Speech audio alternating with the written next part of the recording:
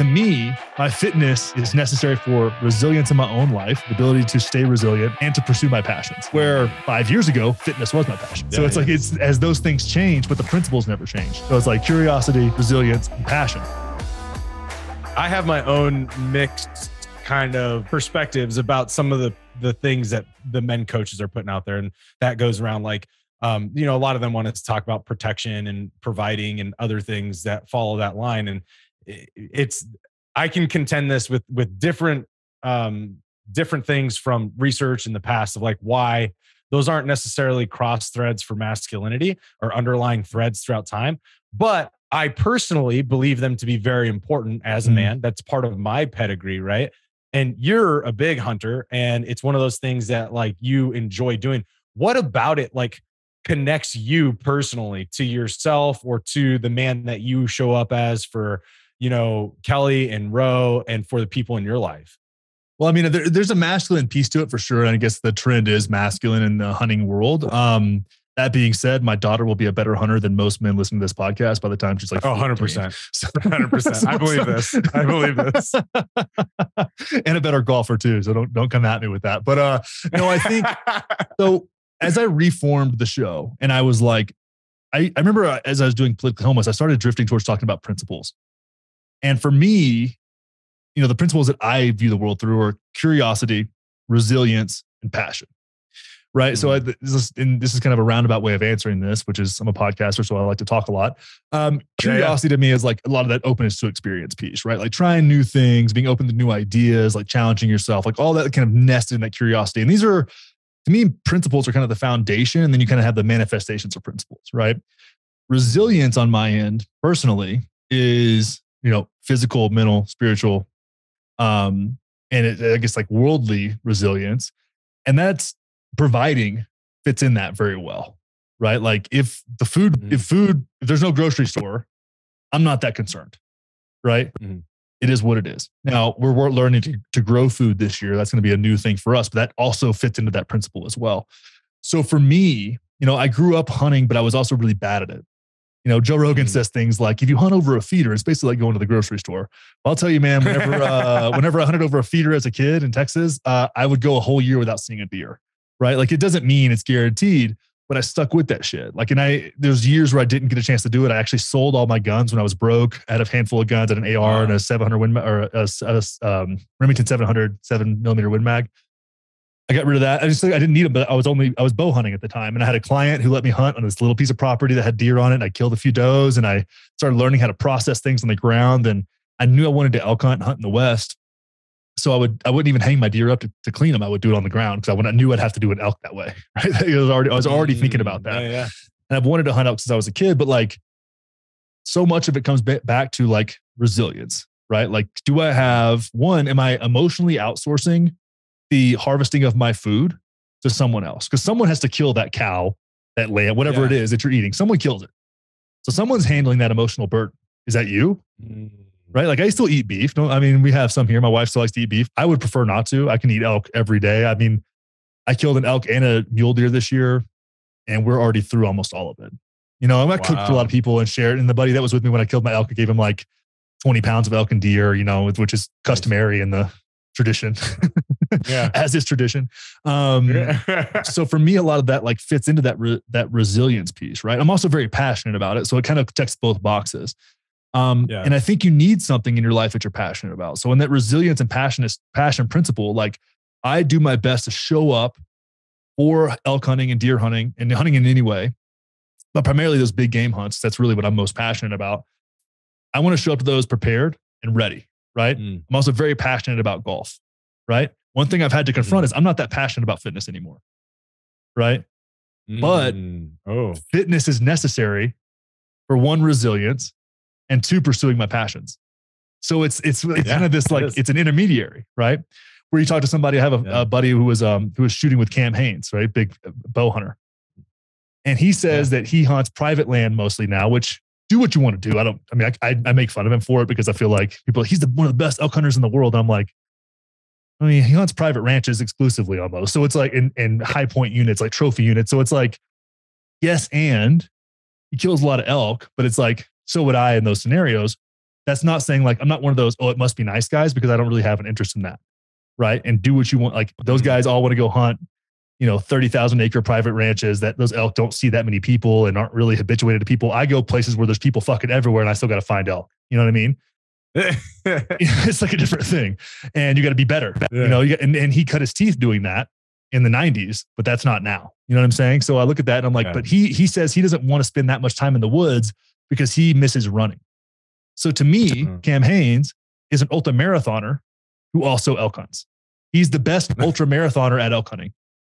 You see what I'm saying? So it's like you stack it up. Whereas like, to me, my fitness is necessary for resilience in my own life, the ability to stay resilient and to pursue my passions. Where 5 years ago, fitness was my passion.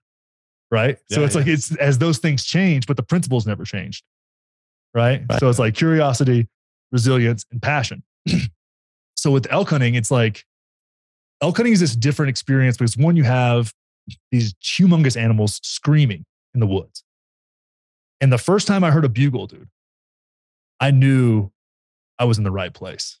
And I could have shot an elk. That was the fourth day ever elk hunting. And really this third day, because the other day I'd been hiking out the whole time. And I'd called in elk the first time I ever called. Like it was something that just like, I have the instincts for it. Like it's in me somewhere, some in my DNA, it's there. Right. I fucking love it. And I got this bull into 60 yards and I blew it. And I, just being a rookie and being by myself, and solo hunting elk is really hard. Next year had another couple opportunities, didn't make it happen. The third year, on the third day of the season, put the bull down. And it was, I'll tell you, man, I made that shot. I heard it hit. I saw him bleeding. I saw him turn. I saw him lay down. And I was sobbing. Absolutely like, and I've killed deer, white-tailed deer in Texas a handful of times. I've been very excited about it. I've never had that emotional of experience hunting. Like that elk was 16 yards away from me. Everything worked out. I was with a good buddy who put in a lot of work and went down. He was still alive when I got down there, and I'd try to, kill an animal as fast as I can. He was kicking. He was on his way down, and to put another arrow in the other lung, and he was dead almost immediately. Went down there, butchered him up. And it was just like, we have video of the whole thing. He's putting out the video on YouTube for this company called, this brand called Wilderland Pursuit is their brand. And we're kind of working with that. That's what we were talking about with you coming down and hunting with us. We'll make content around that. To introduce people to that. And it's something I'm actually really passionate about with what I'm doing now is like, I wanted to broaden it because I love introducing people to that want to try and provide for themselves to build their own resilience, right? Because if something happens, not that I'm a prepper or anything, but if something happens, can you go out and harvest a deer? And even if you're not very good at butchering it, can you figure it out? Right? Have you done it at least one time? It's like, okay, this is kind of how things go. Because it takes 4 or 5 times to kind of get it down, then get to the point where it's like, okay, well, I hang my deer up in the shed for a few days, let it dry out, then get in there and butcher it. It's like, there's something about it that just like, I don't think there's anything else, especially with bow hunting, where I feel more human. And I believe as a human animal, we are designed to eat meat. Right? Now, if you don't want to, that's on you. You have the freedom. I'm a pro freedom guy. That means freedom to be vegan, right? Whatever. But there's these moments in life where you're like, wow, like I'm a human, I'm a predator, in a certain way. I'm a predator species. And I see that when I look at, big cats, which I have I've had a lot of psychedelic experiences around big cats. Like I have a connection with them. When I look at bears, when I look at these predator mammals, not so much predator reptiles, but predator mammals seem to have a higher level of consciousness, right? Mountain lions, jaguars, tigers, lions. Like you look at these big cat species, bears, grizzly bears, polar bears, like they have community, right? They almost like have an emotion. They're ruthless, right? Yeah. But they're surviving. And to me, like, I think that I want to participate in that game. In the same way that if a grizzly bear decides to kill me in Montana, right? I'm not mad at the grizzly bear. I'll be bummed that I'm dead. I played the game. I'll be bummed. But I'm playing the game. I'm choosing to participate in that reality. I'll do everything I can to win, but you don't win against a grizzly bear very often. You know what I mean? That's why we have a 6-hour P320 10 millimeters. But it's like, there's something about that. And then part of that to me is like, I don't really have this strong desire to hunt predator animals, but I am going on a bear hunt this year. Black bears are a little different. but I do want to kill a mountain lion and I do want to kill a grizzly bear. And part of that is like, I need to feel the emotion of what that's like as an experience in my own life. I'm going to be very comfortable killing elk. Like we did it once you break the seal, okay, I kind of get it now. And there's gonna be more challenges, but I can find elk now, put in really hard work for 3 years. And I'm out there now. I'm with the group of guys that I'm in. Since I'm the one that shot the elk last year, I'm now the third shooter. So I have to kill 2 more elk before I get to get my elk, unless I get it by myself. But I'm equally excited about that. So there's like this brotherhood in it now. Cause I used to solo hunt because I didn't have friends out here. I moved to Colorado and then COVID happened. So I didn't have guy friends. I was just doing shit by myself. It's so much more fun with a crew. And then you're rooting for each other. Dude, like my buddy Justin, who was with me when I killed my elk, he was crying. We were just like, it was, and now we're like bonded in that moment. It's crazy. And it just all happened so fast. And it wasn't the biggest elk in the world. It's a decent sized 5x5. It's on the wall in the house. Like you saw it. It's decent elk. I'll kill bigger elk. But that elk will always have a special spot for me. You know what I mean? It's like that one. And it's like, even I'm going to be sad. Like the day that I kill a bigger elk and take that one off the wall and put it somewhere else and put the bigger elk up there, I'm be like, like it'll probably be in my office right behind me, right where that's the first buck I ever shot with a bow right there behind me. It's like these little bit. Bigger, it's like, but those memories stay with you, man. And I can't like I was even posted today, like I'll probably have my, my dog and we bird hunt together a lot. He's a bird dog and we duck hunt. And I'm like, the day that Rose shoots a bird over him for the first time, I'll probably get really emotional, cause it's like, I'm sure. When I had this like camaraderie with this dog that like we spend so much time together, and then my daughter. And it's like, I even saw a guy the other day. Dogs get to me because it's just like something about men and dogs too, by the way. This guy was taking his son out for his first duck hunt and it was his dog's last duck hunt. The dog was 12-year-old lab. Usually you retire them because they get arthritis and it's, and it was like, wow, that's like such a cool thing where like the generations kind of like overlap for just one like brief moment, and that's that kid's first duck and it's that dog's last duck. Like, fuck, dude. It's just, I don't know. It's beautiful. And you get to see the sunrise and just be out in it. And it's like, we're on our phones too much because that's where all of our maps are and stuff. But you have those times where it's just like, you're sitting out there and especially when you're camping in the backcountry, it's like, I've been in spots where you're just in awe of it. And it's like, not a spot. You go to Rocky Mountain National Park and it's beautiful, but like, I'm just up here. I just found this spot. I look over and I'm like, damn, that's beautiful. The sun's going down. You're like, and then maybe almost die a couple of times, which if it had to happen, it's like it's weird. But then you hear that elk bugle and it's like, dude, it's and hopefully you get to experience that with us and come up here and get into it. Oh, I'm totally doing it for sure. You're getting a bow, right?